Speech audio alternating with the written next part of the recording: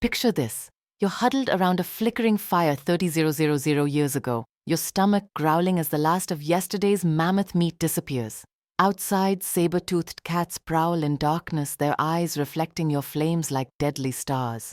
The cave bear that claimed the neighboring shelter hasn't stopped growling for hours. And you're about to discover the secret that separates human survivors from human corpses in the Ice Age. What you sleep on tonight determines whether you wake up tomorrow. Forget everything Hollywood taught you about cavemen dragging knuckles and grunting. The archaeological evidence reveals something far more sophisticated, far more ingenious, and frankly far more brutal than any movie dared imagine. Your ancestors weren't primitive brutes. They were survival engineers who turned the frozen wasteland into humanity's first luxury hotel.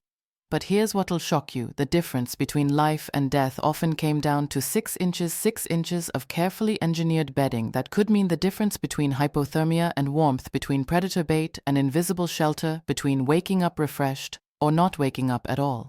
I'm about to reveal the forgotten technologies that kept our species alive when Earth was trying its absolute hardest to kill us. We're talking about innovations so effective that modern outdoor gear companies are still trying to reverse engineer them. Sleep systems so sophisticated that Navy SEALs would weep with envy, and survival strategies so ruthlessly efficient that they helped a hairless, weak ape species conquer a planet ruled by giants. The evidence comes from 3 revolutionary archaeological sites that have rewritten everything we thought we knew about Ice Age survival. At Sibudu Cave in South Africa, researchers discovered 7,700-year-old bedding that would make a 5-star hotel jealous. At Border Cave, they found a pest control system that modern exterminators can't match. And at Ohalo 2, the tomb, they uncovered sleeping technology so advanced it took humanity 70,000 years to improve upon it. But this isn't just ancient history. As climate change threatens to destabilize our modern world, as supply chains collapse and technology fails, the survival wisdom encoded in these prehistoric sleeping systems might be the difference between thriving and dying in an uncertain future. Your ancestors faced down Ice Age's supervolcanic eruptions and predators that could snap your spine like kindling. And they did it all while getting a better night's sleep than most modern humans. So settle in, because we're about to journey back to a time when your bedroom was a battlefield, your mattress was a miracle of engineering, and your pillow could literally save your life. Welcome to the ultimate guide to Ice Age bedding, where comfort met catastrophe and somehow comfort won. The first bombshell drops at Sibudu Cave, South Africa, where Dr. Lynn Wadley made a discovery that sent shockwaves through the archaeological world. Layer after layer of sediment, each representing thousands of years, revealed the same pattern: grass mattresses so sophisticated they'd shame modern manufacturing. But here's the kicker. These weren't random piles of vegetation. They were engineered sleep systems dating back 77,000 years. The construction was methodical, almost obsessive in its precision. The base layer consisted of sedge grass stems arranged like a prehistoric box spring to provide structural support and drainage. But it's the top layer that reveals the true genius: leaves from Cryptocarya woodii, a tree whose crushed foliage releases natural insect-repellent compounds. Your ancestors weren't just building beds, they were manufacturing bug-free zones in a world where a single infected bite could mean death. The dimensions tell their own story of Ice Age luxury. These mattresses measured up to 22 square feet, large enough for an entire family, and stood 12 inches thick. That's not a sleeping pad, that's a prehistoric California king. The compressed layers show evidence of repeated use, careful maintenance, and systematic replacement. This wasn't camping, this was permanent residential engineering. But here's where it gets really wild. When the bedding became too infested or worn, they didn't abandon it like modern hunter-gatherers. They burned it deliberately. The charcoal layers at Sibudu reveal a maintenance schedule that would impress any modern facility manager. Burn the old bedding, spread ash to deter insects, lay down fresh materials. Rinse and repeat for 40,000 years. Think about the implications. This level of bedding technology required not just knowledge, but culture. Someone had to discover that Cryptocarya woodii repelled insects. Someone had to figure out the optimal grass-to-leaf ratio. Someone had to develop the burning protocols. And all of this knowledge had to be passed down through generations, refined and perfected across millennia. The chemical analysis reveals just how sophisticated this pest control really was. The crushed Cryptocarya leaves don't just smell bad to insects. They contain compounds that disrupt insect nervous systems. It's essentially a natural pesticide factory built into every mattress. Your ancestors were practicing biochemical warfare against bugs 70,000 years before we invented DDT.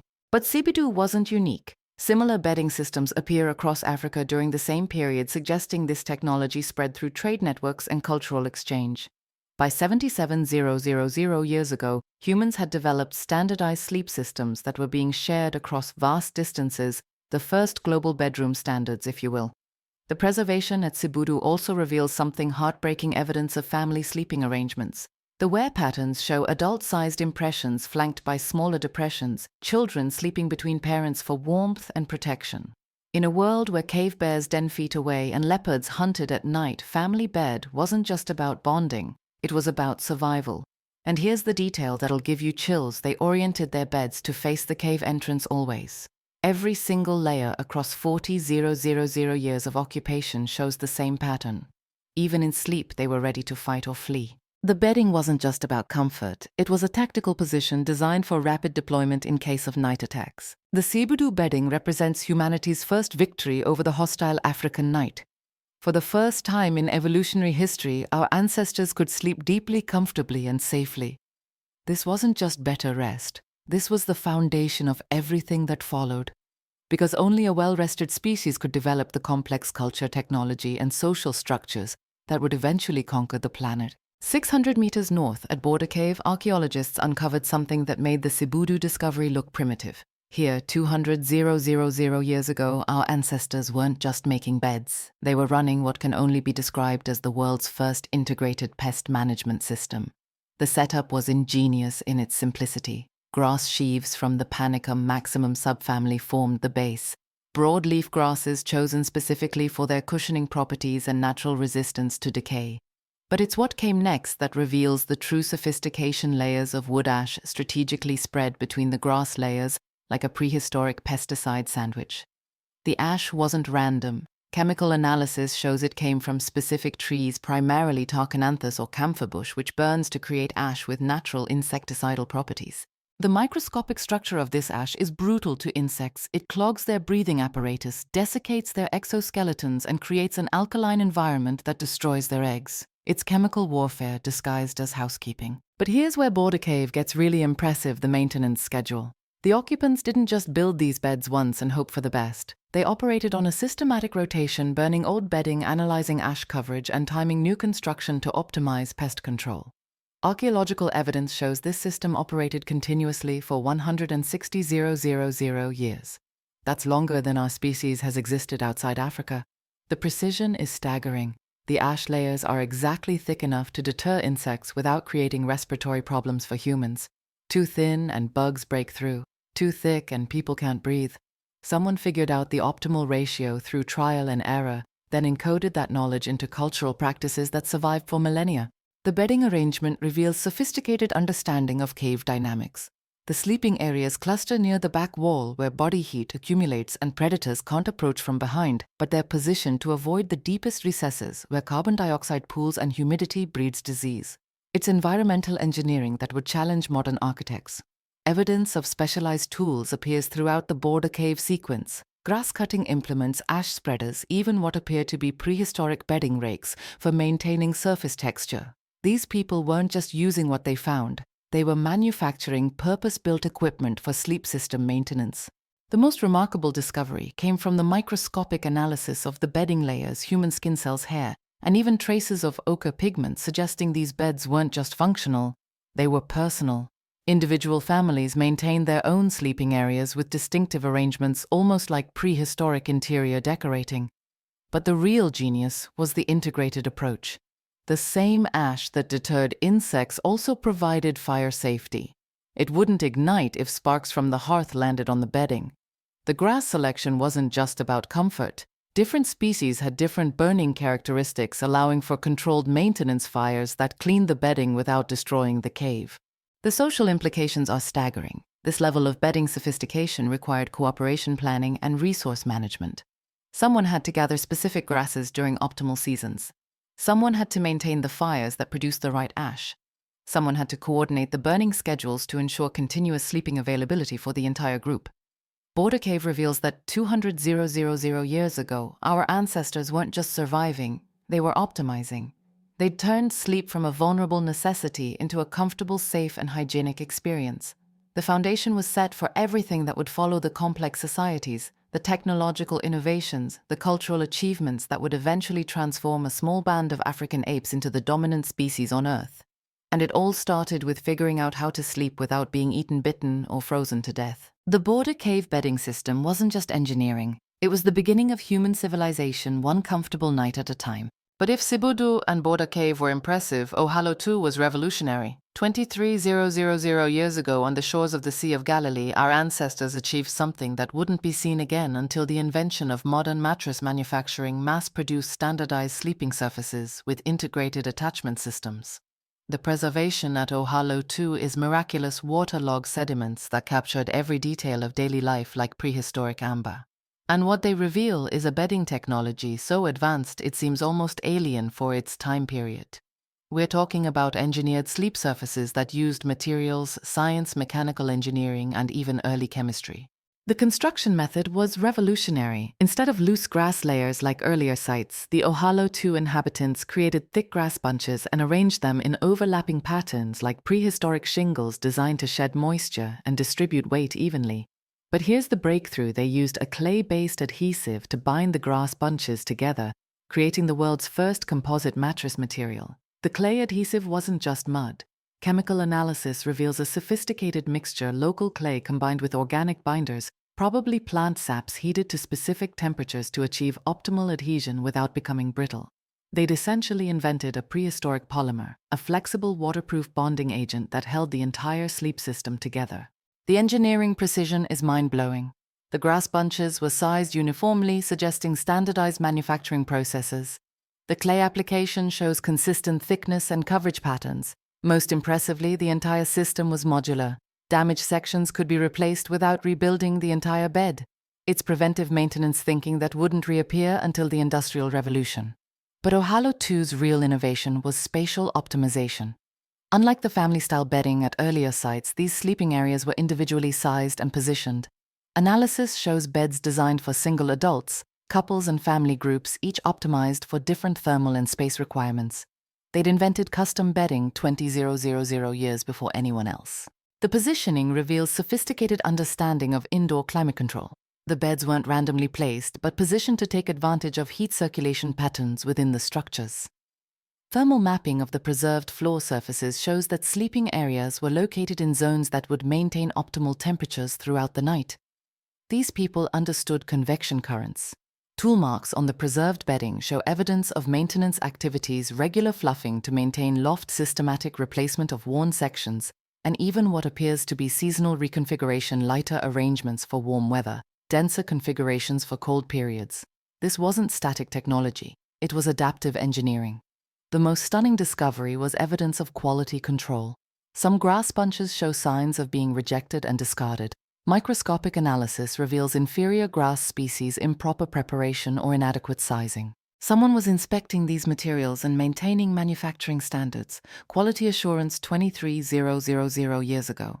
The social implications are staggering. This level of bedding sophistication required specialized knowledge, dedicated labor, and resource allocation that goes far beyond basic survival. The Ohalo 2 inhabitants weren't just making places to sleep. They were investing in comfort, health, and quality of life. This suggests a society with surplus resources and the leisure time to pursue optimization rather than mere survival. The preservation also reveals personal touches: wear patterns that suggest individual sleeping preferences, small modifications that indicate user customization, even evidence of repairs made with different materials, probably when preferred resources weren't available. These beds weren't just functional, they were personal spaces that people cared about and maintained.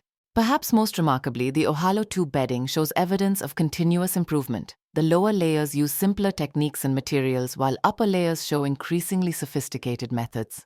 Someone was experimenting, innovating, and passing knowledge down through generations. This was active technological development, not static tradition. The Ohalo 2 site represents the moment when human bedding technology achieved something unprecedented. It became better than what nature provided. For millions of years, our ancestors had made do with whatever natural materials they could find. But at Ohalo 2, they began manufacturing superior alternatives. They'd crossed the threshold from using nature to improving upon it. This wasn't just about sleeping anymore. The Ohalo 2 bedding represents the birth of human engineering, thinking the idea that natural limitations could be overcome through knowledge planning and systematic improvement. Every technology that followed from agriculture to spaceflight flows from this fundamental insight: humans don't have to accept the world as they find it. 23,000 years ago, beside an ancient lake, our ancestors achieved something profound. They didn't just survive the night, they conquered it. And in doing so, they laid the foundation for every comfort, every innovation, every achievement in human history, all because someone figured out how to sleep better than nature intended. But grass and clay were just the beginning. The real game changer came when our ancestors discovered they could turn their predators into their protectors by sleeping on their skins. The archaeological evidence reveals a transformation so profound it literally changed human physiology the moment we began wearing the night instead of hiding from it. The story begins in Morocco 300,000 years ago, where cut marks on animal bones tell a tale of desperate innovation.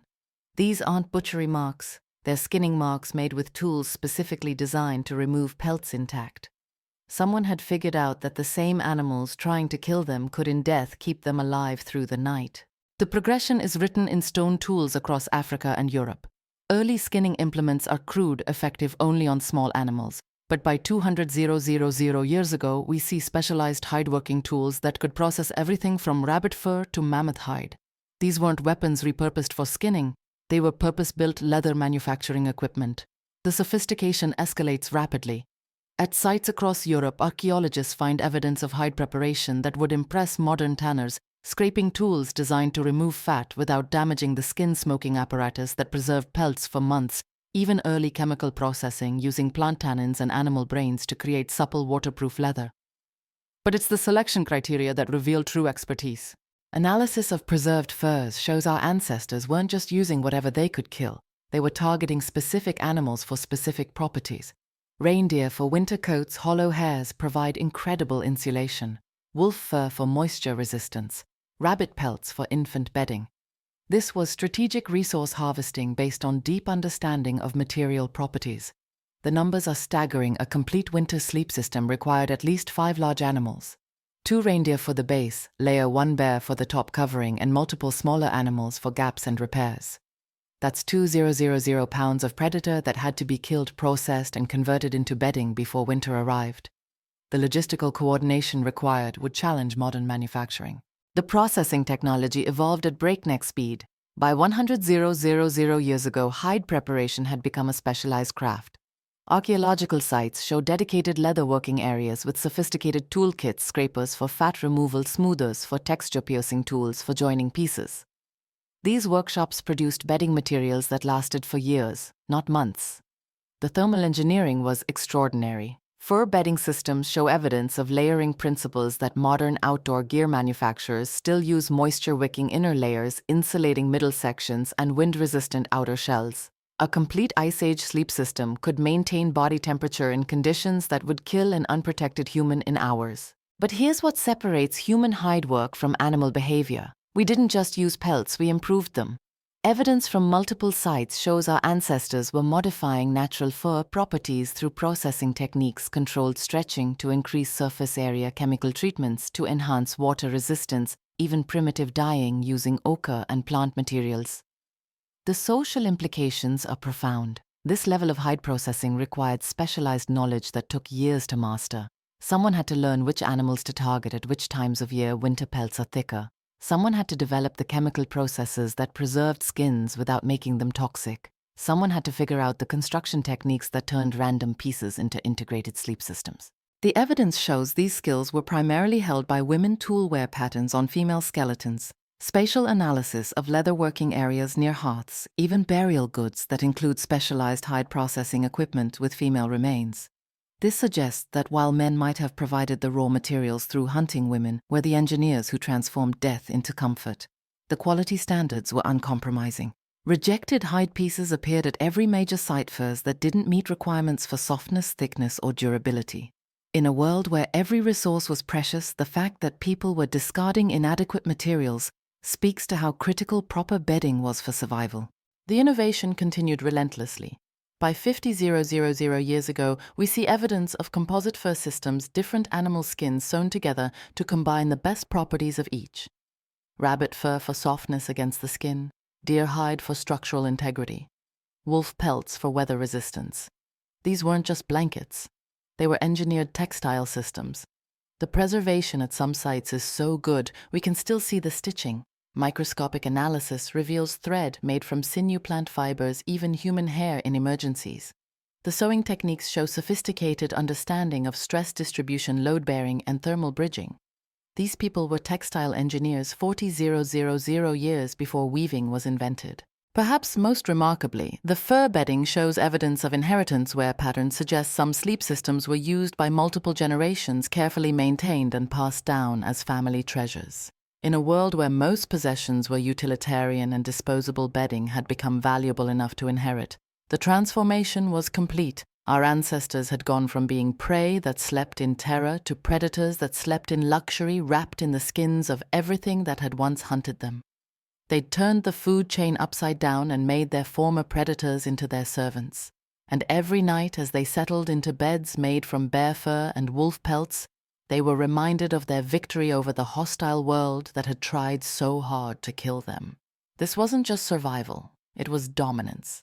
And it all started with figuring out how to sleep warm in a cold world. But even the most sophisticated fur bedding was useless without the one technology that separated humans from every other species on Earthfire. The archaeological evidence reveals that our ancestors didn't just discover how to make fire. They invented the world's first central heating systems, turning caves into climate-controlled luxury suites that would make modern hotels envious. The revolution begins at Cavemen Cave in Israel, 400,000 years ago, where archaeologists uncovered evidence of controlled indoor fires that burned continuously for centuries. These weren't random campfires. They were engineered heating systems with dedicated fuel supplies, sophisticated ventilation, and even backup ignition sources. Someone had figured out how to domesticate fire itself. The thermal engineering was extraordinary. Cave hearths weren't randomly placed but positioned to maximize heat circulation while minimizing smoke exposure. Computational fluid dynamics models of preserved cave sites show that our ancestors understood convection patterns, heat reflection, and airflow in ways that modern HVAC engineers would recognize and respect. The fuel management reveals systematic planning that extended across seasons. Analysis of charcoal remains shows stockpiling of specific wood types, hardwoods for long-burning base fires, softwoods for quick ignition, even dried fungi and animal fat for emergency fuel when wood was scarce.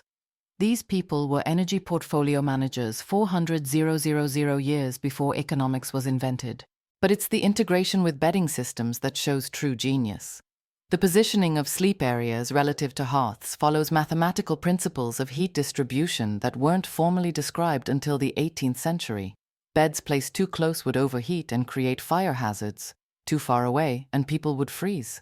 The optimal distance required understanding thermal radiation, air circulation, and human physiology. The evidence from European caves reveals even more sophisticated systems. At sites like Grotte du Lazaret in France, archaeologists found evidence of zoned heating.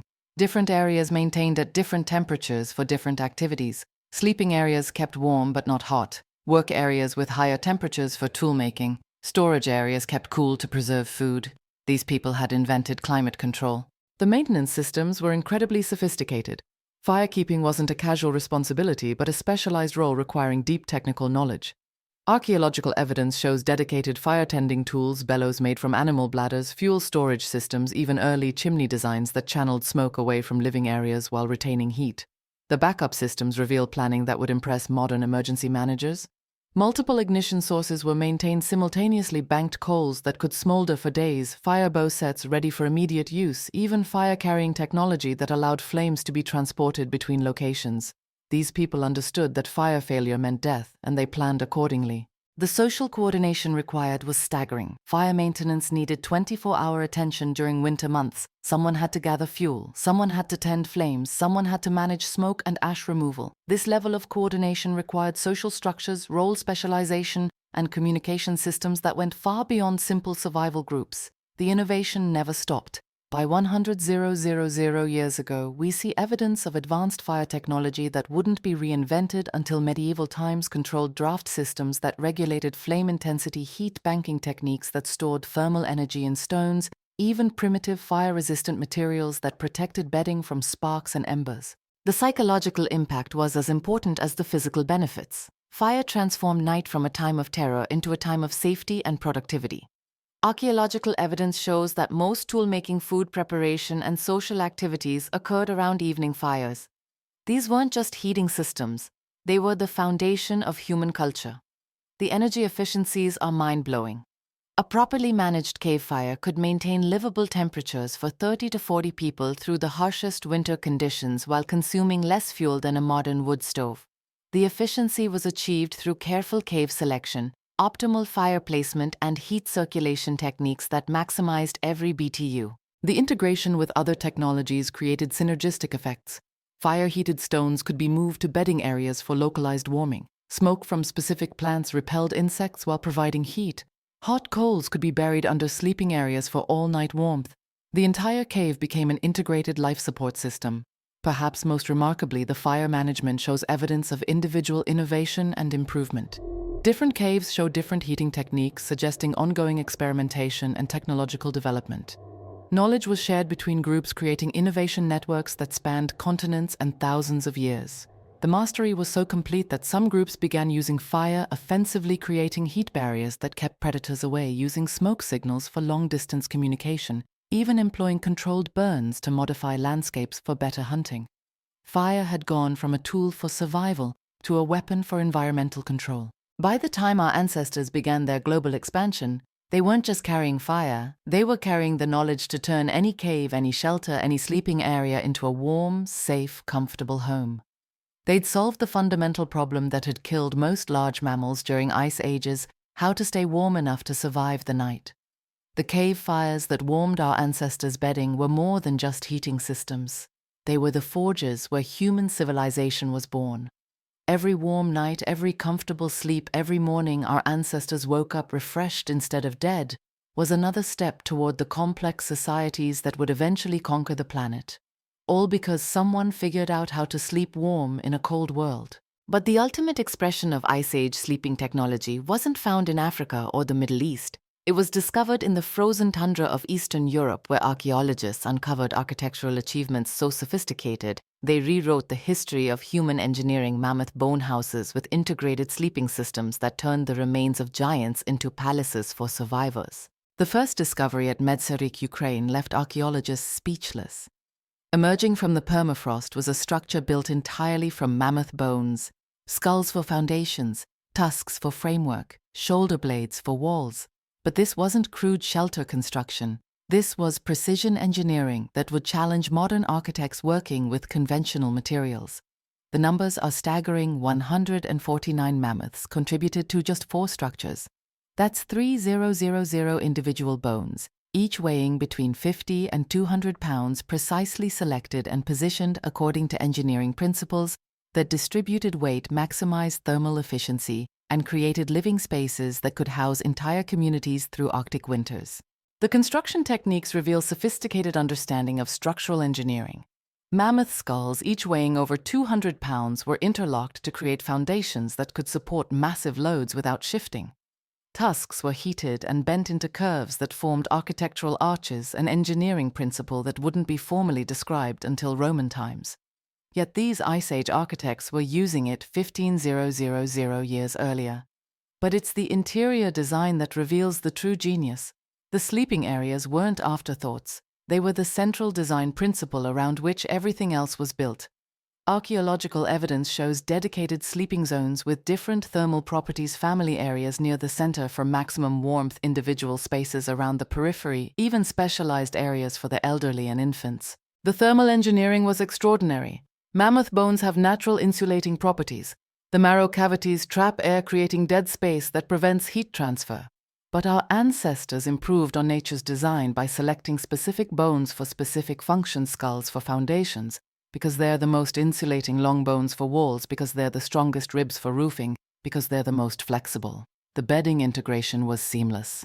Inside these bone houses, archaeologists found evidence of sophisticated sleeping systems that combined all the technologies we've discussed: grass mattresses for base comfort, fur coverings for warmth, and fire-heated stones for localized heating. But the mammoth bone architecture created something unprecedented: sleeping areas that maintained comfortable temperatures even when outside conditions dropped to -40 degrees Celsius. The scale of these operations defies imagination. Each house required killing at least 40 adult mammoths, animals that stood 11 feet tall and could crush a human with a casual step. The logistics alone would challenge modern construction crews. How do you transport 60,000 pounds of mammoth bones across frozen tundra using only human labor? How do you coordinate the work of dozens of people for months at a time? How do you feed construction crews while they're building instead of hunting? The answer reveals social organization that was far more complex than anyone imagined. These weren't desperate survivors throwing together emergency shelters. These were planned communities with specialized roles, coordinated labor, and long-term resource management. The mammoth bone houses represent the birth of human architecture the moment we stopped adapting to our environment and started engineering it to suit our needs. The preservation at some sites is so complete we can see evidence of interior decoration: mammoth bone furniture, sleeping platforms carved from shoulder blades, storage areas built into skull cavities, even artistic elements where bones were arranged in decorative patterns. These people weren't just surviving, they were creating homes complete with the aesthetic touches that make a house into a dwelling place. The heating systems were integrated into the architecture itself. Central hearths positioned to maximize heat distribution, smoke holes cut through bone roofing, even thermal mass systems where certain bones were heated during the day to radiate warmth throughout the night. The entire structure functioned as a giant thermal regulation machine.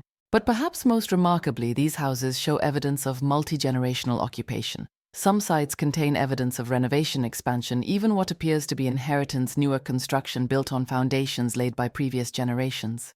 These weren't temporary shelters, but permanent homes passed down through families across centuries. The site at Kostenki reveals the ultimate achievement: an entire village of mammoth bone houses, each with specialized functions: sleeping houses for families, workshop houses for tool-making, storage houses for food preservation. This wasn't just architecture. It was urban planning 20,000 years before cities were supposed to exist. The psychological impact must have been profound. Imagine sleeping inside the bones of the giants that once terrorized your ancestors.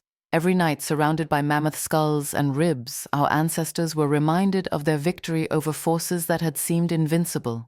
They'd gone from hiding from mammoths to living inside them, the ultimate expression of human dominance over nature.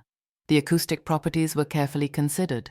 Mammoth bone chambers have natural resonance that amplifies sound, but the interior arrangements show evidence of acoustic engineering: sleeping areas positioned to minimize noise transmission, common areas designed to enhance communication. These people understood that comfortable living required not just physical comfort, but acoustic comfort. The environmental control extended beyond heating. Ventilation systems built into bone arrangements provided fresh air without creating drafts. Drainage systems prevented moisture buildup that could cause hypothermia. Even humidity control: certain bone arrangements prevented the air from becoming too dry or too moist for comfortable breathing. The maintenance systems reveal long-term thinking that spanned seasons and years. Bone replacement schedules for elements that weathered over time, structural reinforcement added as buildings aged, even preventive maintenance, evidence of regular inspection. And now that the ice had melted and the giants were gone, humanity faced a new challenge, remembering what they had destroyed. The old stories weren't enough anymore. Cave paintings could capture the mammoth's tusks, the bear's claws, but they couldn't preserve the thunder of 10,000 hooves across the tundra. They couldn't hold the sound of the last mammoth's trumpet echoing across empty valleys. So our ancestors did something revolutionary: they turned their trauma into technology. The invention of complex language wasn't just about communication, it was about preservation. Every grammatical structure, every verb, tense, every way we have of describing time and causation emerged from the desperate need to pass down the memory of what we'd lost. Future tense exists because someone needed to warn their children about consequences they'd never see. Past perfect emerged because someone had to explain how the world used to be full of giants. The deepest roots of human language are planted in extinction guilt. But language alone wasn't enough. The survivors needed institutions, systems that could carry forward not just the memory of giants, but the lesson of what happens when intelligence meets ecosystem. The first religions weren't worship of invisible gods. They were elaborate apology systems for visible absences. Archaeological evidence from Göbekli Tepe in Turkey shows something unprecedented: the world's first monumental architecture built by hunter-gatherers 11,500 years ago. But look closer at the carvings. Every pillar depicts the same theme: humans surrounded by animals they'd driven extinct. This wasn't celebration. It was memorial architecture. The first temple was a gilt cathedral. The agricultural revolution that followed wasn't just about growing food, it was about growing forgiveness. If you could make the land produce, if you could create abundance from scarcity, maybe you could atone for what you'd taken. Every furrow was penance, every harvest a prayer for redemption. Cities emerged from the same psychological need: when you've emptied the world of everything magnificent, you have to build magnificence yourself. The first ziggurats weren't reaching toward gods. They were trying to replace the giants whose absence made the horizon feel too flat, too empty, too human. Even our concept of time changed. Before the extinctions, human societies lived in cyclical time. Seasons returned, herds migrated, everything came back. After the giants fell, we invented linear time history with a beginning, middle, and end. Progress towards something better because the past was unbearable to revisit. The psychological transformation was complete. We became the first species that knew it was alone. Every human innovation since art, music, literature, science, space exploration has been an attempt to fill the giant-shaped hole in our psyche. We've been trying to become worthy of the empty world we inherited. But here's the twist that paleopsychologists are just beginning to understand: the guilt was adaptive. Societies that developed elaborate systems for remembering and mourning their ecological crimes became the most innovative, the most successful, the most driven to transcend their origins. The shame of killing giants made us giants ourselves? Modern humans still carry this in our neural architecture. Why do children love dinosaurs? Because we're hardwired to mourn giant reptiles we never met. Why do we cry at movies about extinct species? Because grief for lost megafauna is encoded in our emotional operating system. Why do we build skyscrapers, write symphonies, launch rockets toward the stars? Because we're still trying to prove we deserve the planet we emptied. Every conservation effort, every national park, every endangered species act is a love letter to the mammoths we'll never see again. We've spent the last 10,000 years trying to become the kind of species the giants could trust. The tragedy is we had to kill them all to learn how. The final irony: our greatest achievements as a species flow directly from our greatest crime.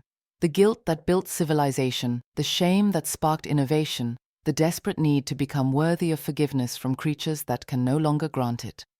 We are the children of extinction, raised by regret, educated by absence. Every human alive today is the descendant of survivors who carried forward not just genes but grief, not just tools but trauma, not just stories but the terrible knowledge that intelligence without wisdom leads to emptiness. The giants are gone, but their ghosts build everything we call human. We live in monuments to their memory, speak languages shaped by their absence, and dream of futures where we might finally deserve the trust we betrayed. 30,000 years later, we're still writing that apology letter, still trying to fill a mammoth-shaped hole in our souls, still searching for redemption in a world we made too small for anything but us. The Ice Age ended, but the Guilt Age has just begun. And perhaps that's exactly as it should be. Perhaps the weight of what we've done is what keeps us reaching toward what we might become. In the end, we didn't just survive the Ice Age. We survived becoming the only species that knows what it means to be alone with the consequences of its intelligence. And from that terrible knowledge, we built everything beautiful about being human. The mammoths would probably forgive us by now. Looking at these reference transcripts, I can see the specific tone, flow, vocabulary, and vernacular I should emulate. Here's part 3 of the script. But here's where the archaeological record gets absolutely mind-blowing. While Hollywood keeps pushing this image of primitive cave people huddled around pathetic fires, shivering in animal skins, the reality uncovered at sites like Sibudu Cave in South Africa rewrites everything we thought we knew about Ice Age survival. We're not talking about desperate scrounging for warmth. We're talking about prehistoric engineering that would make modern camping enthusiasts look like rank amateurs. Picture this: 77,000 years ago, someone designed the world's first luxury mattress system. Not a pile of random leaves thrown on cold stone, but a deliberately engineered sleep surface consisting of at least 15 layers of carefully selected materials. Sedge grass formed the foundation chosen specifically for its structural properties. On top, leaves from Cryptocarya, woody selected not randomly, but because when crushed, these leaves emit chemical compounds that repel insects. This wasn't luck. This was sophisticated material science applied to bedroom design. The numbers are staggering. These prehistoric mattresses measured up to 22 square feet, large enough for an entire family. At an estimated 12 inches thick, they provided comfort that would rival expensive modern bedding. But here's the kicker. This wasn't a one-time innovation. Archaeological evidence shows mat-making continued at this site for 40,000 years. 40,000 years. That's longer than all of recorded human history.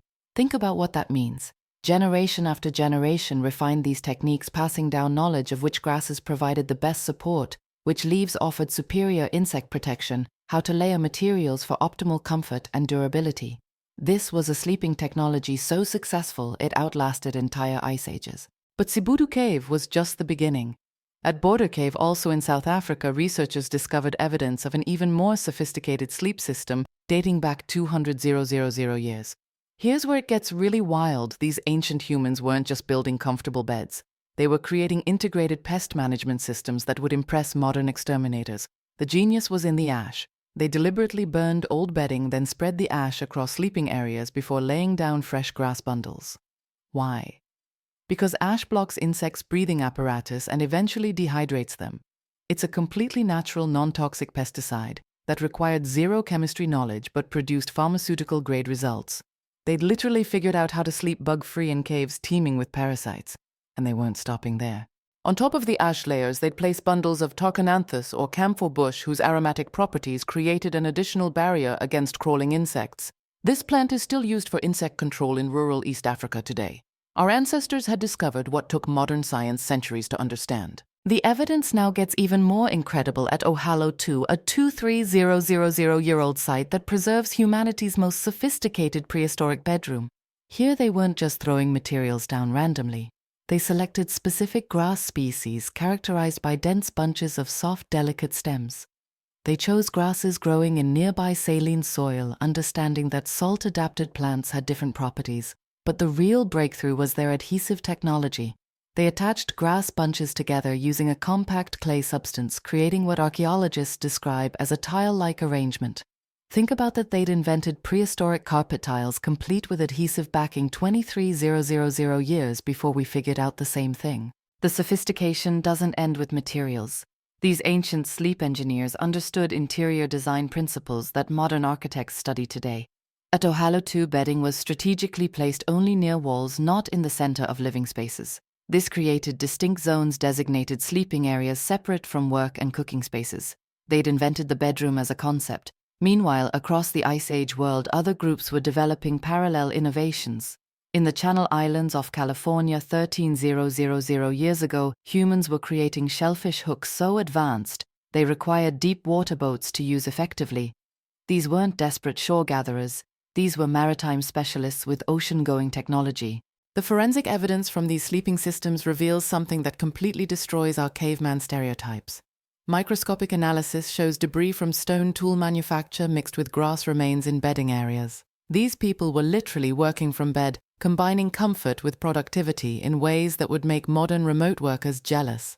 At some sites, tiny rounded grains of red and orange ochre were found embedded in bedding materials, suggesting they were either rubbing off human skin or colored objects. These weren't just functional sleeping spaces. They were decorated, personalized environments where people expressed individual identity through color and design. But perhaps the most revolutionary discovery comes from the maintenance schedules. These weren't disposable sleeping arrangements. Archaeological evidence shows regular refreshing cycles, burning old bedding, spreading fresh ash, laying new materials. They developed sustainable bedroom maintenance programs that ensured continuous comfort across seasons and years. The implications stagger modern researchers. These Ice Age humans weren't just surviving, they were optimizing. They understood that quality sleep was essential for cognitive function, immune system health, and overall survival. While we struggle with sleep hygiene using pharmaceutical aids and expensive mattress technology, they'd solved the same problems using only natural materials and accumulated wisdom. Recent discoveries pushed the timeline even further back. At sites throughout Africa, Europe, and Asia, evidence of sophisticated sleeping arrangements appears wherever humans established long-term settlements. This wasn't regional knowledge. It was global human innovation suggesting that comfortable sleep was considered so essential that every population independently developed advanced solutions. The bedding systems also reveal sophisticated understanding of seasonal adaptation.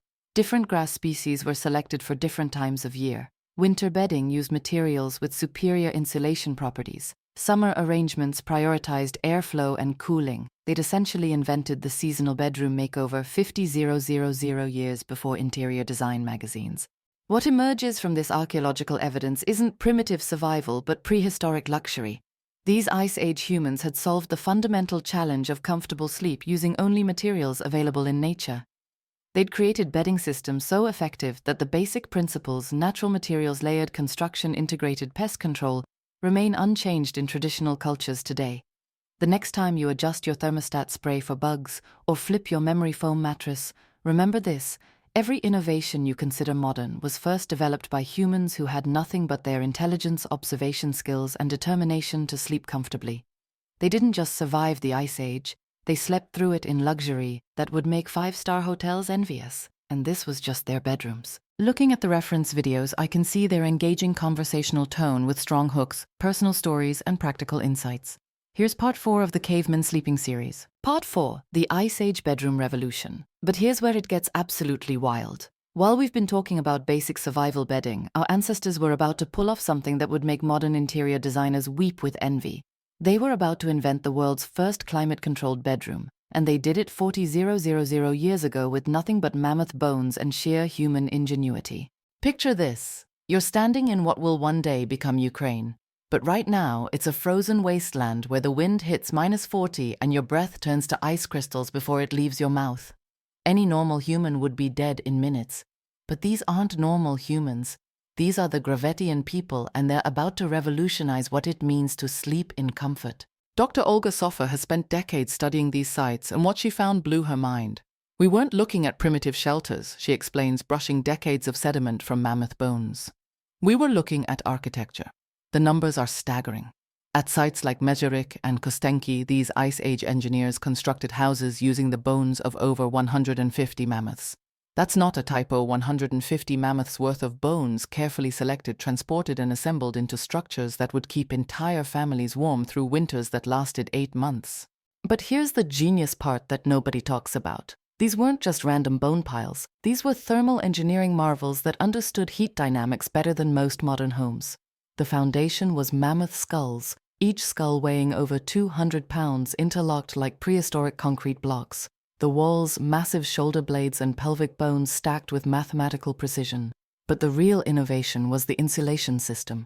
They packed the gaps between bones with smaller bones, creating dead air spaces that trapped heat like prehistoric double glazing. The sleeping areas blew my mind. These Ice Age bedroom designers created raised sleeping platforms using mammoth leg bones as supports. Why raised? Because cold air sinks. By elevating their beds just 18 inches off the ground, they created warm sleeping zones while cold air pooled harmlessly below.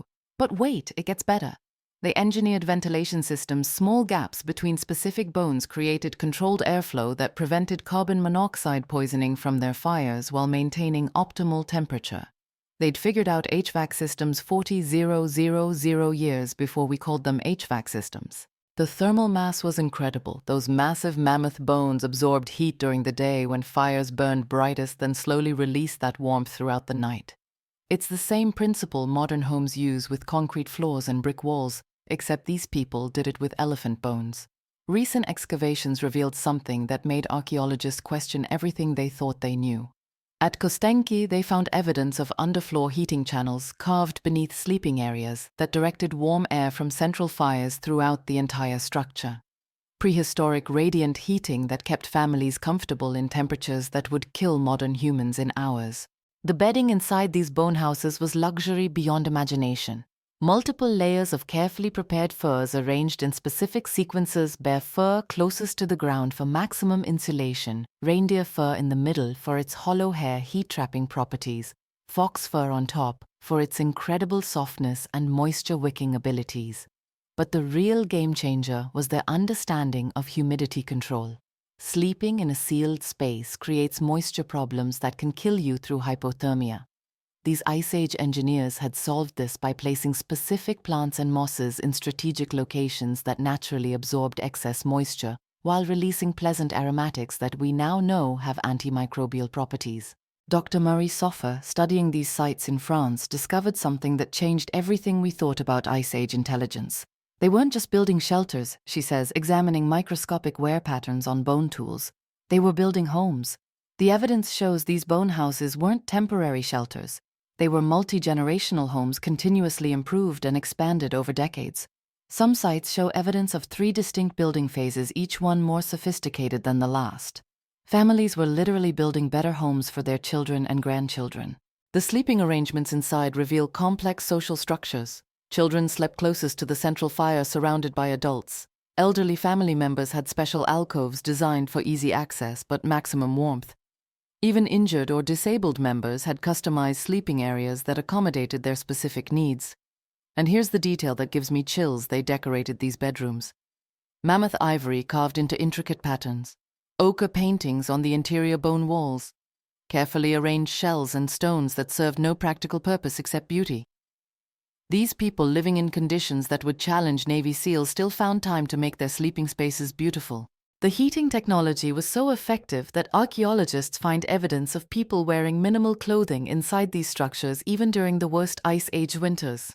While outside temperatures hit -60 degrees Fahrenheit, inside temperatures stayed comfortable enough for normal human activities. But perhaps the most incredible discovery came from analysis of the bones themselves. These weren't random mammoth kills. The bones show careful selection, specific age groups, specific bone types, even specific weathering patterns. They were choosing bones like modern architects who choose materials, understanding that different bones had different thermal properties. Some mammoth bones are naturally hollow, creating perfect insulation chambers. Others are dense and heavy, ideal for thermal mass. The builders understood which bones to use, were creating integrated heating systems that modern engineers study for inspiration. The scale of these projects reveals something profound about Ice Age society. Moving and assembling 40 tons of mammoth bones required massive community cooperation. Extended families working together, sharing knowledge, planning for the future. These weren't desperate survivors scraping by day to day. These were sophisticated people building for generations.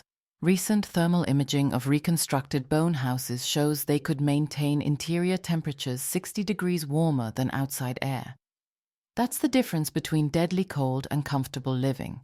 It's the difference between survival and civilization. When you realize that these thermal engineering marvels were built by people using only stone tools and human labor, the achievement becomes almost impossible to comprehend. No cranes, no power tools, no modern materials, just human intelligence, cooperation, and an absolute refusal to accept that winter had to mean suffering.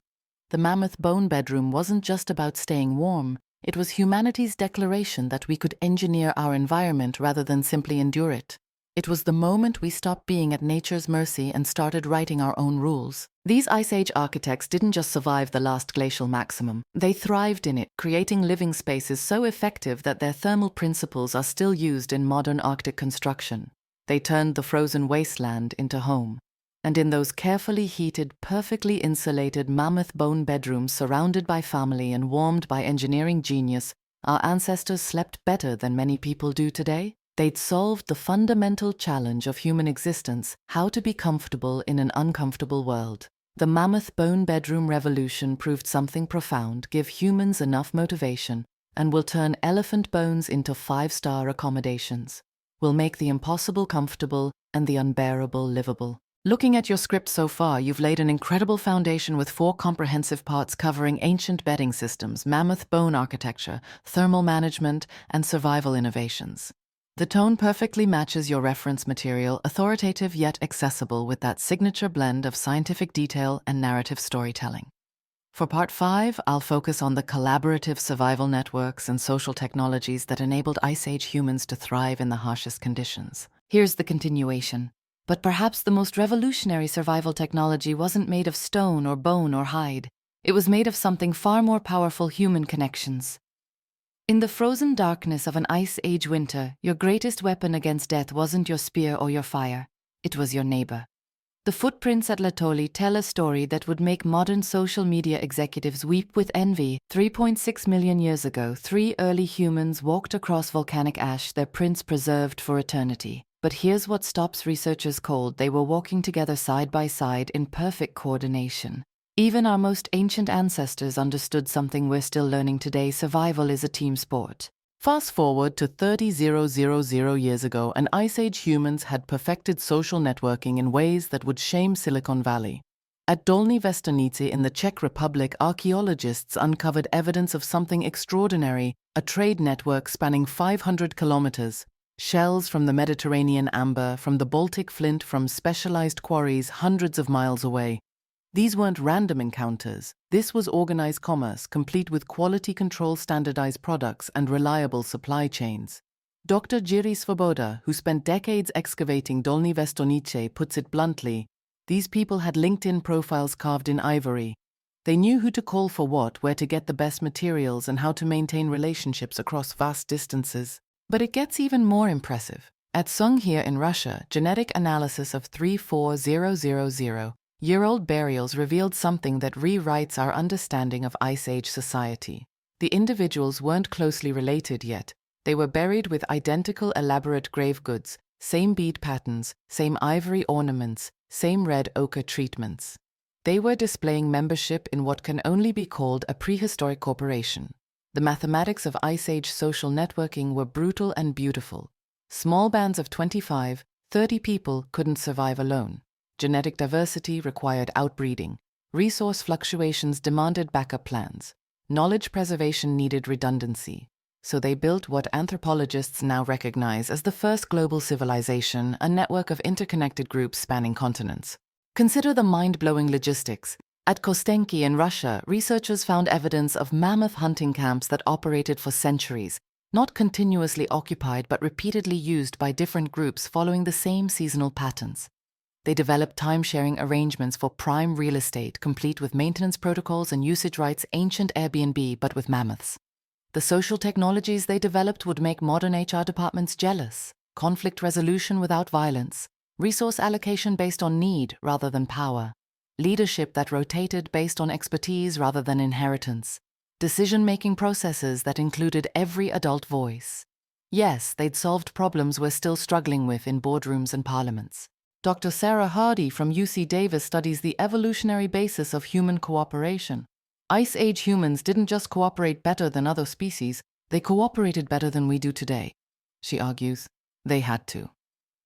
When winter lasted 8 months and one bad decision meant death for everyone, you couldn't afford office politics or ego conflicts. Cooperation wasn't optional. The evidence appears in the most unexpected places. At Pavlov in the Czech Republic, archaeologists found something that initially baffled them: identical tool designs appearing simultaneously across sites hundreds of miles apart.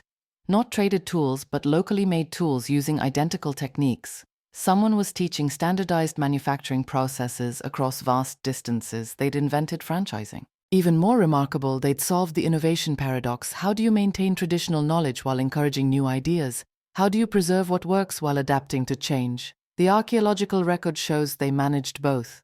Core technologies remained stable for millennia, while experimental variations constantly appeared, were tested, and either adopted or abandoned. The social safety nets they created were more comprehensive than most modern welfare systems. At Kibara Cave in Israel, a child with severe developmental disabilities was cared for until death, then buried with the same honors as successful hunters. At Shanidar Cave in Iraq, a man who'd lost an arm and eye and suffered severe head trauma lived for years afterward, clearly supported by his community. These weren't societies that discarded the weak. They were societies that understood that today's burden might be tomorrow's wisdom keeper. But perhaps their greatest social innovation was something we've largely forgotten: true leisure.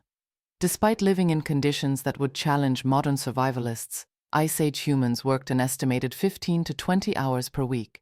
The rest was social time, community time, creative time, time for art, music, storytelling, and simply being human together.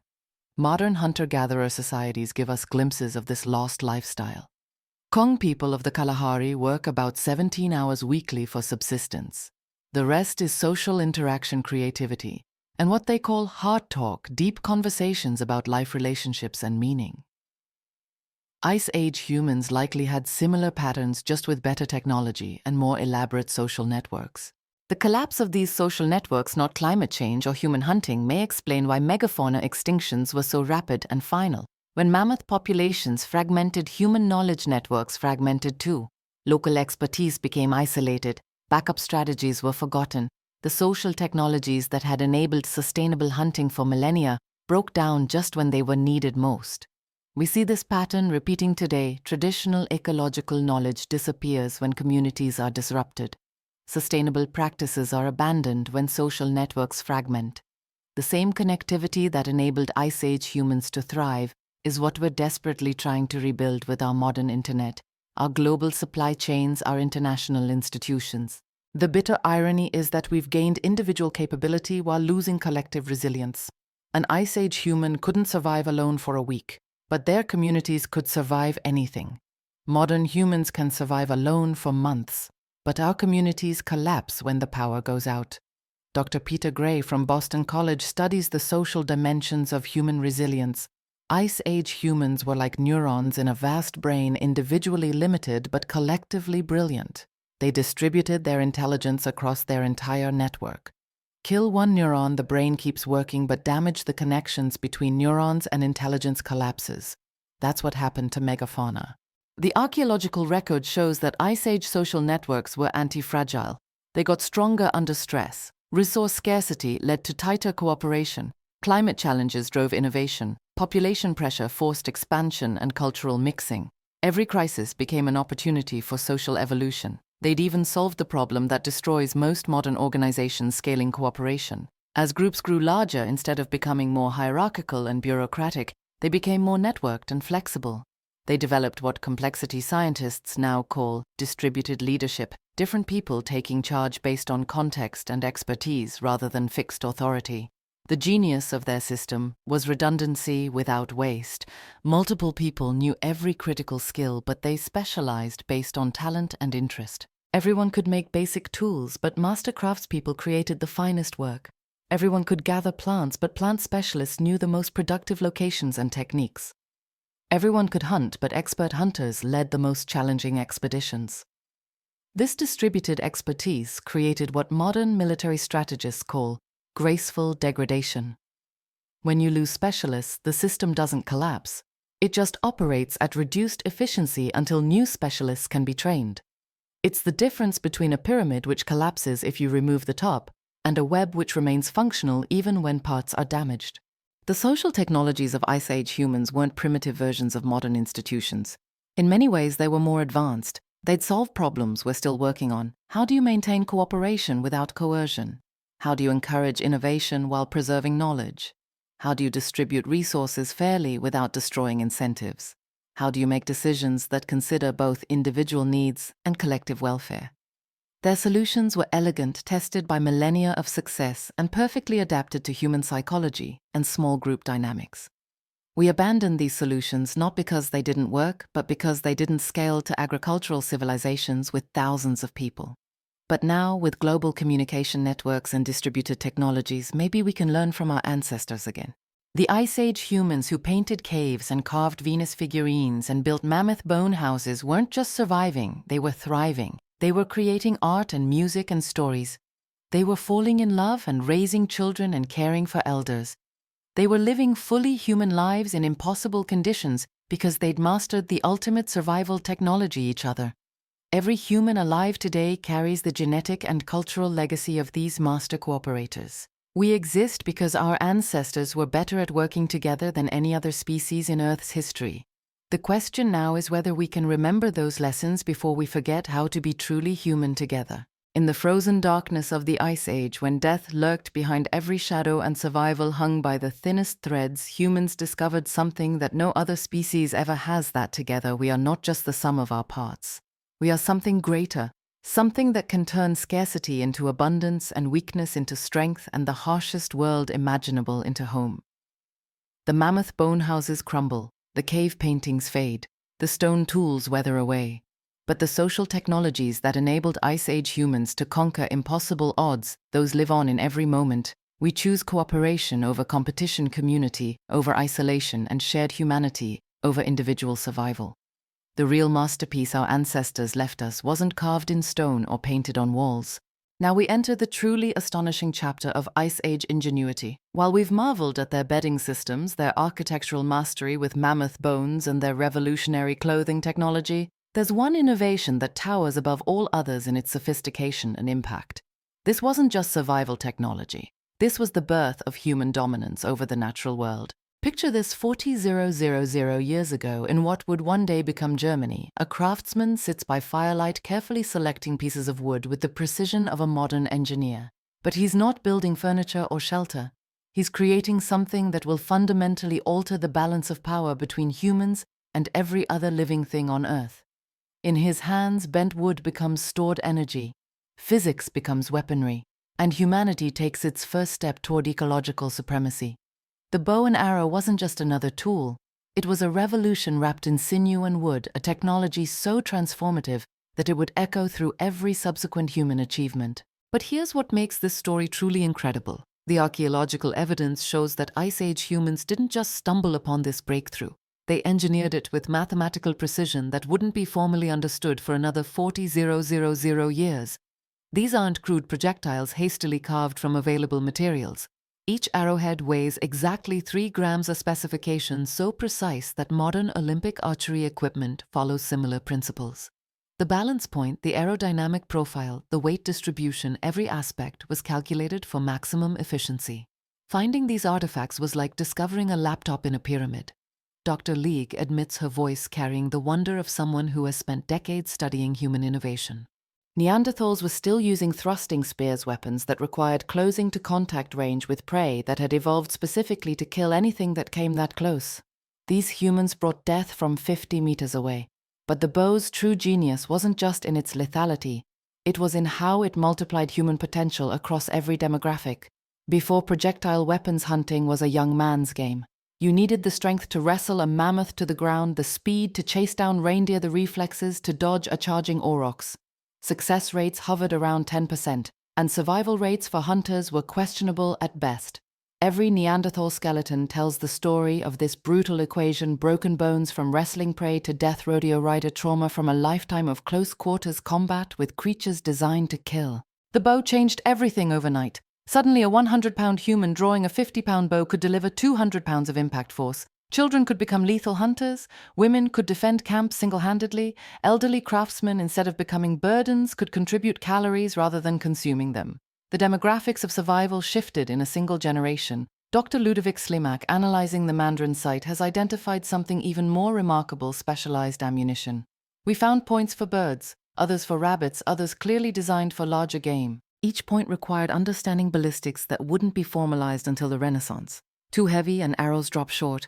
Too light and they lack penetration. Wrong balance point and they tumble mid-flight. The Mandarin points are aerodynamically perfect. The manufacturing process reveals the true sophistication of Ice Age technology. Bow wood required specific moisture content, precise seasoning time, and mathematical understanding of stress dynamics. Strings demanded fiber processing, spinning techniques, and tensile strength calculations that modern materials science would recognize. Arrows needed straight shafts with consistent diameter and perfect spine flex. Fletching required understanding spin stabilization and air resistance. Each component was worthless alone, but revolutionary together. This wasn't simple tool-making. This was systems engineering 45,000 years before the term existed. And the social implications were even more staggering than the technical ones. Archaeological evidence shows that Neanderthals saw this technology and attempted to copy it. Late Neanderthal sites contain experimental points, crude attempts at composite tools, evidence of a species desperately trying to adapt to a new paradigm.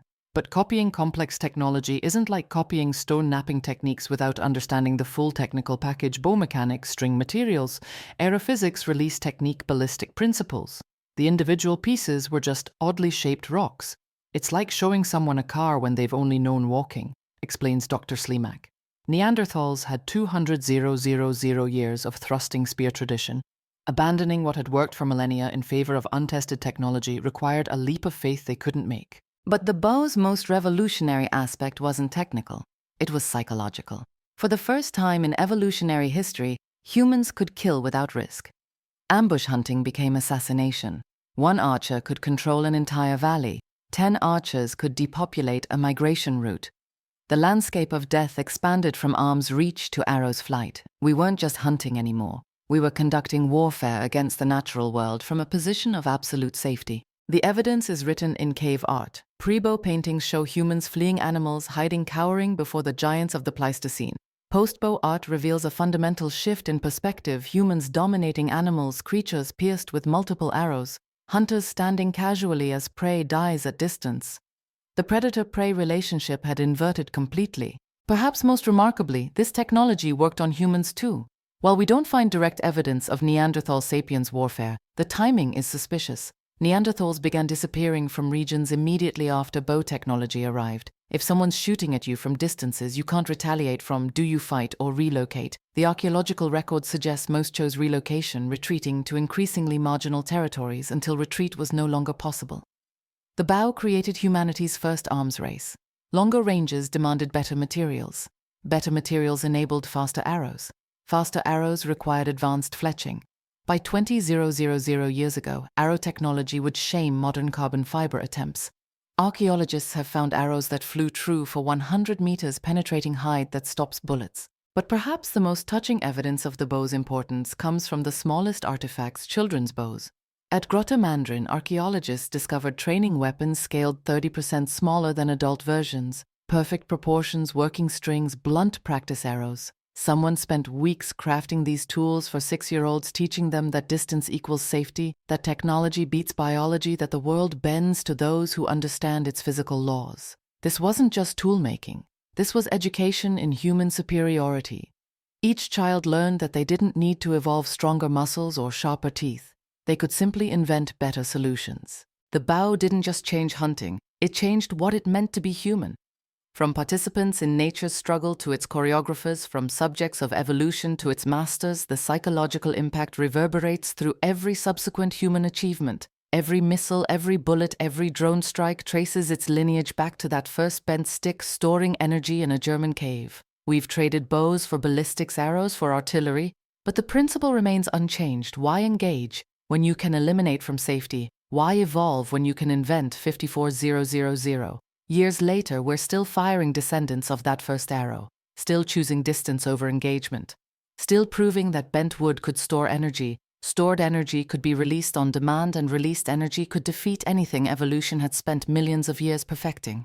The bow wasn't just humanity's declaration of independence from ecological rules, it was our first shot in a war against biological limitations that we're still fighting and winning. Every time we choose technology over adaptation, engineering over evolution, invention over natural selection, we're honoring those Ice Age craftsmen who looked at a stick and saw stored energy. They couldn't have known they were creating the foundation for everything from catapults to spacecraft. They just knew that bent wood beat strong muscles, that distance conquered danger, that human intelligence could outmaneuver any predator's instincts. In teaching their children to draw bowstrings, they were teaching them to bend reality itself. The first arrow fired in that German cave wasn't just aimed at prey, it was aimed at the future. Here's part 7 of the 9-part script, written in the style of the reference materials and focusing on Ice Age sleeping innovations. But here's where the story gets absolutely mind-blowing. While we're obsessing over mammoth hunts and cave paintings, our Ice Age ancestors were solving humanity's most fundamental problem. How do you sleep when the outside temperature can literally kill you in minutes? How do you rest when saber-toothed cats are prowling outside your shelter? How do you maintain body heat through Arctic nights that lasted months? The answer wasn't just survival, it was engineering. Picture this. You're in Siberia 25,000 years ago. The temperature outside is minus 40 degrees Fahrenheit. There's no central heating, no electric blankets, no down comforters shipped from REI.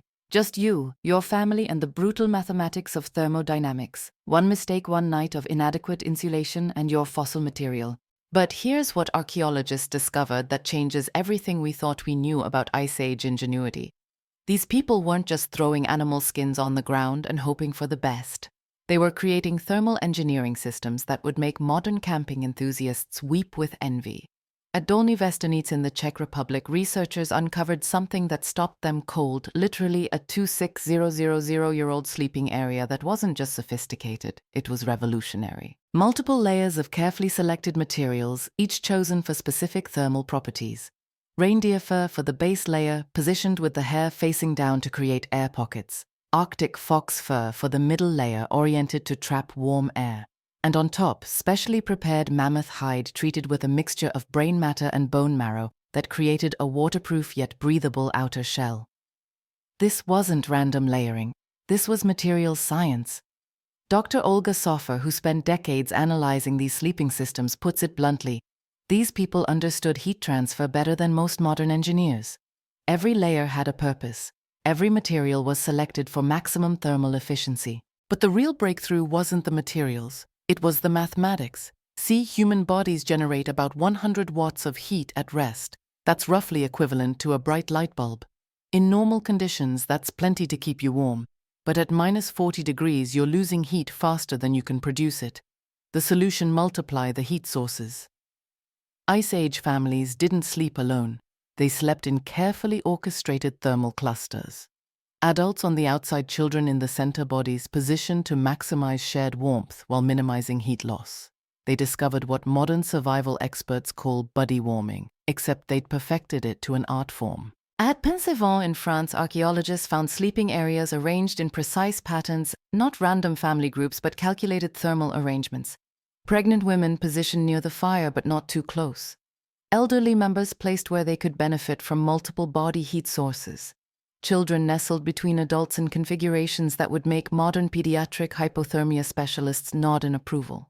The sleeping surfaces themselves were a marvel of prehistoric engineering. At Ohalo 2 in Israel, researchers discovered 2,3,000-year-old bedding that would shame most modern camping gear. Grass bundles arranged in overlapping patterns, each layer designed to trap air while providing cushioning. The grass wasn't random either. They had selected specific species based on their insulation properties and resistance to compression. But here's where it gets really incredible. Chemical analysis of these ancient sleeping areas revealed something that took archaeologists decades to understand. The grass wasn't just bedding, it was a natural pesticide system. They had chosen plants that naturally repel insects, ticks, and parasites. Sedgegrass for the base layer, which contains compounds that deter biting insects. Leaves from the camphor bush, still used today in traditional medicine for its insect-repelling properties. Even the arrangement was strategic, overlapping layers that created chemical barriers while maintaining thermal efficiency. Dr. Lynn Wadley from the University of the Witwatersrand made a discovery that redefined everything we thought we knew about Ice Age intelligence. At Border Cave in South Africa, she found 2,000-year-old bedding systems that included deliberate ash layers. Not random ash from old fires, but carefully applied ash barriers designed to kill insects and parasites. The genius is in the chemistry. Ash blocks the breathing apparatus of insects and eventually dehydrates them. It's a natural pesticide that requires zero technology beyond controlled fire. But using it effectively requires understanding insect biology, knowing which ash works best, and timing the application correctly. These weren't desperate people making do with whatever they could find. These were problem solvers who'd identified every threat to comfortable sleep and engineered solutions that addressed them systematically. The thermal properties get even more sophisticated when you examine the details. At Mezmayskaya Cave in Russia, sleeping areas show evidence of radiant heating systems. Stones heated by the fire during the day, then carefully positioned around sleeping areas to provide warmth through the night. The rocks weren't random either.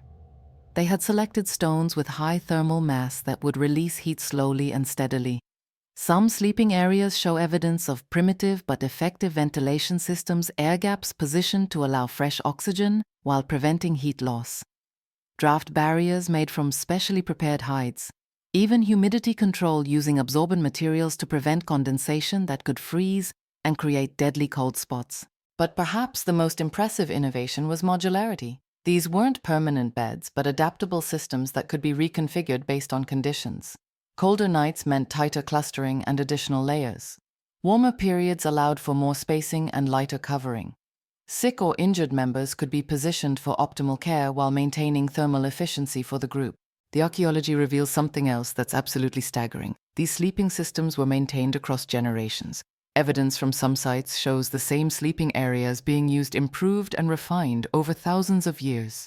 Knowledge passed down not just through demonstration, but through active innovation.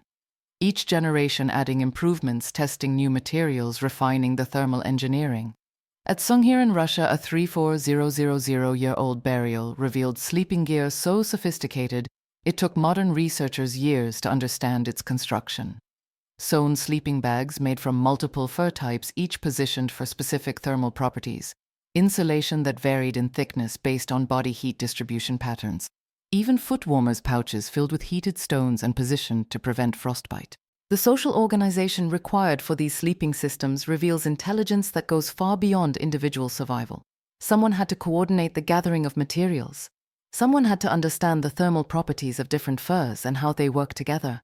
Someone had to teach the construction techniques and ensure quality control. This wasn't just survival, this was civilization. Modern sleeping bag manufacturers study these Ice Age innovations.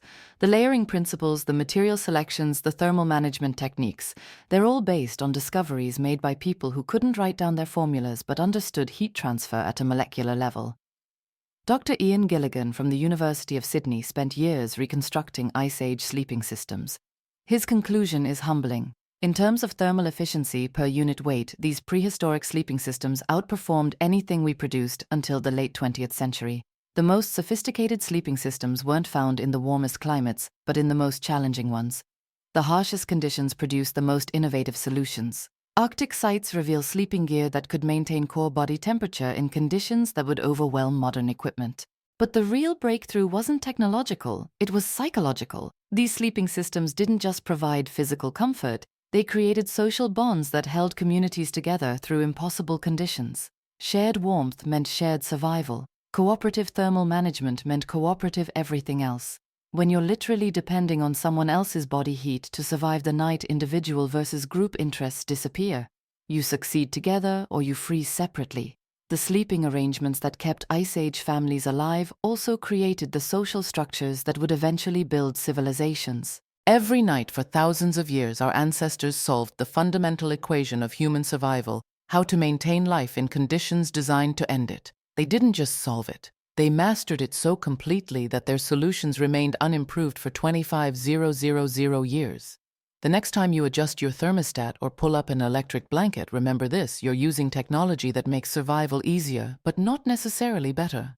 Our Ice Age ancestors, sleeping on engineered grass mattresses under carefully layered furs, generated more body heat, slept more soundly, and woke up more rested than most modern humans ever will.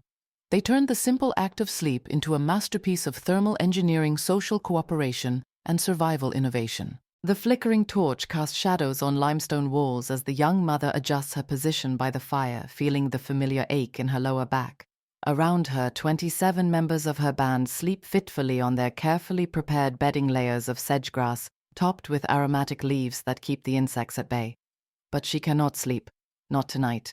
The contractions have been building for hours, and she knows her time has come. Welcome to perhaps the most crucial moment in Ice Age survival: childbirth in the Paleolithic world, where bringing new life into existence required not just courage, but an entire community's accumulated wisdom about life, death, and everything in between. We've explored how our ancestors conquered the cold, mastered fire, and outlasted giants, but perhaps their greatest triumph wasn't over mammoths or climate. It was ensuring the next generation survived to carry humanity forward. Tonight, in this cave that has sheltered families for countless generations, we witness the moment that made all other achievements possible: the birth of hope itself. The midwife, a woman whose own childbearing years ended a decade ago, kneels beside the laboring mother with practiced calm. Her hands, weathered by 40 winters of survival, carry knowledge passed down through generations of successful births.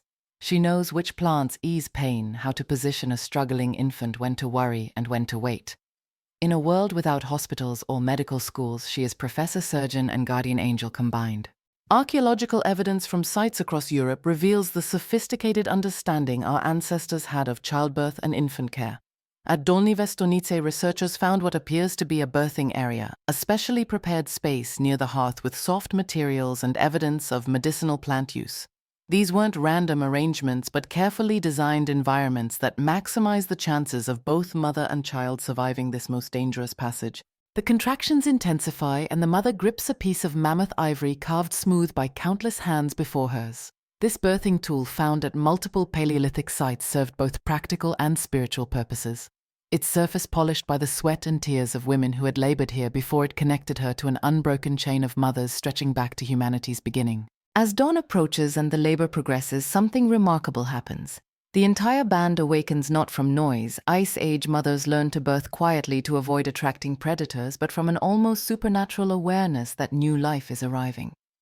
Children are gently moved to the cave's far end while the elder women gather around their laboring sister. The men maintain the fire and stand guard, their usual hunting roles transformed into protective vigilance. This communal response to childbirth wasn't sentimentality, but survival strategy. In a world where every person mattered, where the loss of even one individual could doom the entire group, birth was everyone's business. Modern hospitals, with their sterile isolation, would have baffled our ancestors, who understood that bringing life into the world required the full strength of the community. The moment arrives with the sunrise. After hours of struggle, a cry pierces the morning air. Not the mother's, but her newborn daughter's first protest against the cold world she's entered. The midwife quickly clears the infant's airways with techniques that wouldn't look out of place in a modern delivery room, then places the baby on her mother's chest for that crucial first contact. But survival is just beginning. In the Ice Age, approximately half of all children died before reaching adulthood.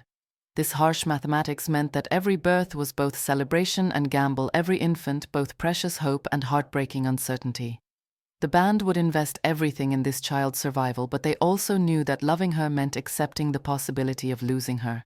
The aftercare reveals the depth of Paleolithic medical knowledge.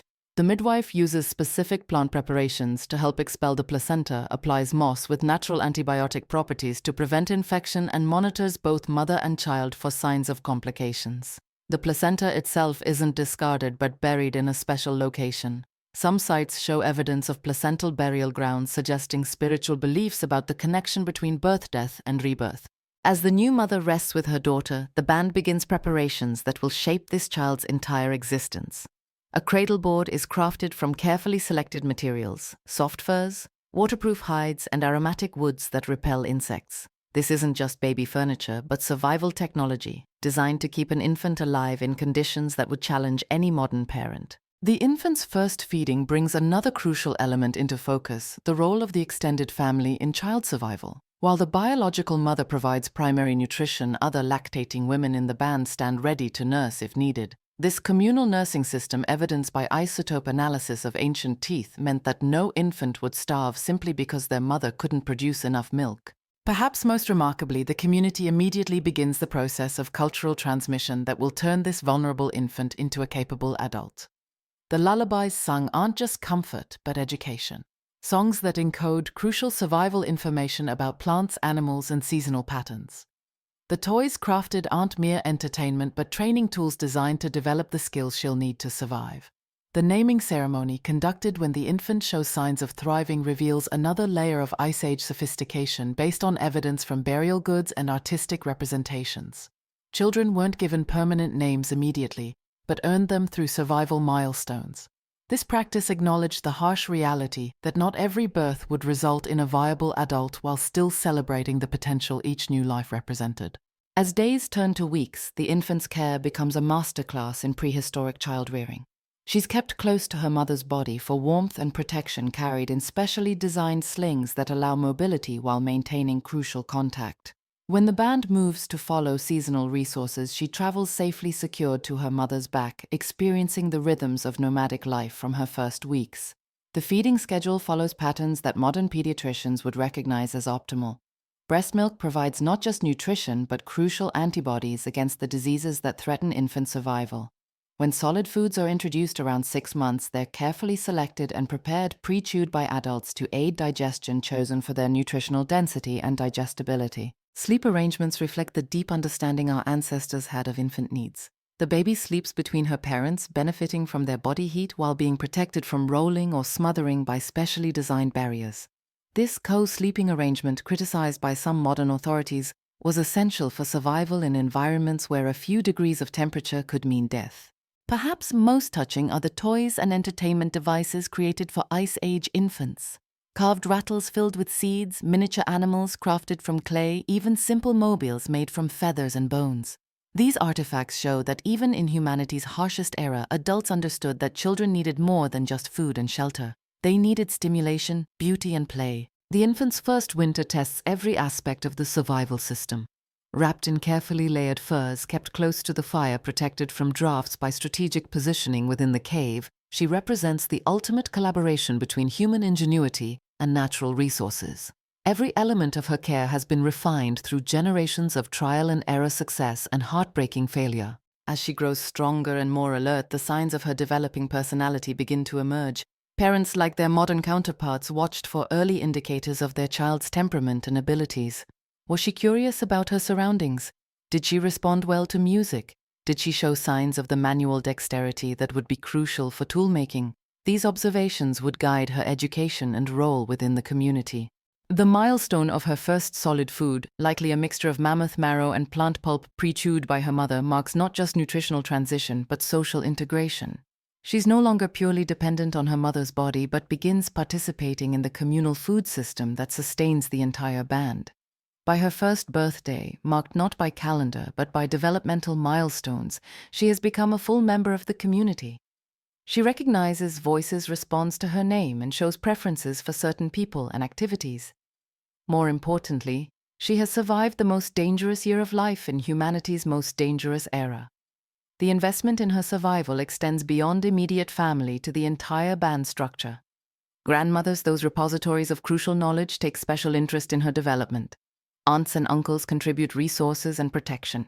Even unrelated band members recognize that her survival strengthens the group's future prospects. Her second year brings new challenges and opportunities. Now mobile, she must be protected from the countless dangers of Ice Age life while being allowed enough freedom to develop essential skills.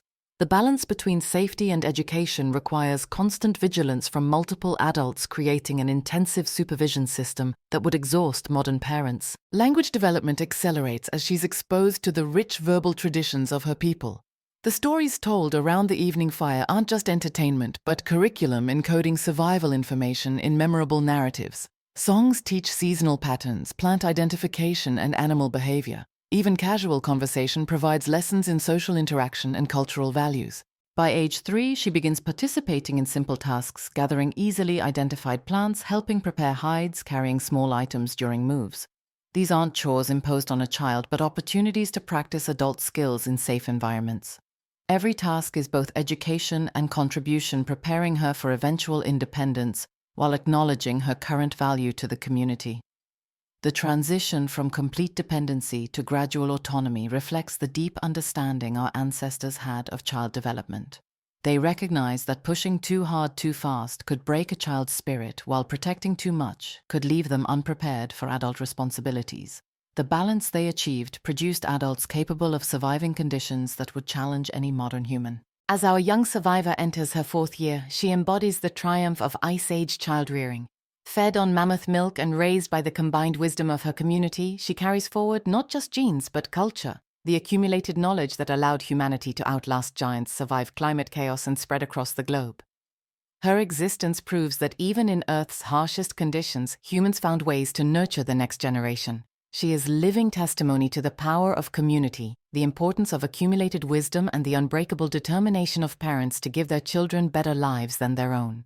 Tonight, as she sleeps safely between her parents in their carefully prepared bedding, she doesn't know that she represents one of evolution's greatest achievements. She's simply a child loved and protected, growing stronger each day in preparation for the challenges and opportunities that await her. But we know better. We know that her survival required the coordination of an entire community, the application of sophisticated medical knowledge, and the dedication of adults willing to sacrifice everything for the next generation. She is the future made flesh, hope given form, the living proof that even in the darkest times, humanity's greatest instinct isn't for conquest or domination. It's for love. Looking at your existing script and reference materials, I can see you've created a comprehensive journey through Ice Age survival that culminates powerfully. For Part 9, you need a conclusion that brings together all the sophisticated sleeping technologies while delivering a final memorable insight. Here's a script that matches your established tone and style. Throughout the Ice Age, our ancestors demonstrated extraordinary technological innovation beyond primitive stereotypes, developing sophisticated sleep systems with layered materials like sedgegrass, insect-repellent leaves, animal hides, and even composite clay adhesives, enabling safe, comfortable, and hygienic rest in extreme climates. They crafted advanced architectural structures from mammoth bones with integrated thermal and environmental controls. They pioneered social networks trade and cooperation that fostered long-term survival. They invented projectile weapons like bows and arrows with precise engineering that extended hunting ranges and redefined predator-prey dynamics. And they mastered childbirth and child-rearing through communal care, medicinal plant knowledge, and personalized, adaptable sleeping arrangements, collectively forming a foundation of innovation, social cohesion, and environmental mastery that allowed humanity to thrive in the harshest conditions, laying the groundwork for civilization, cultural expression, and ultimately the dominance of our species.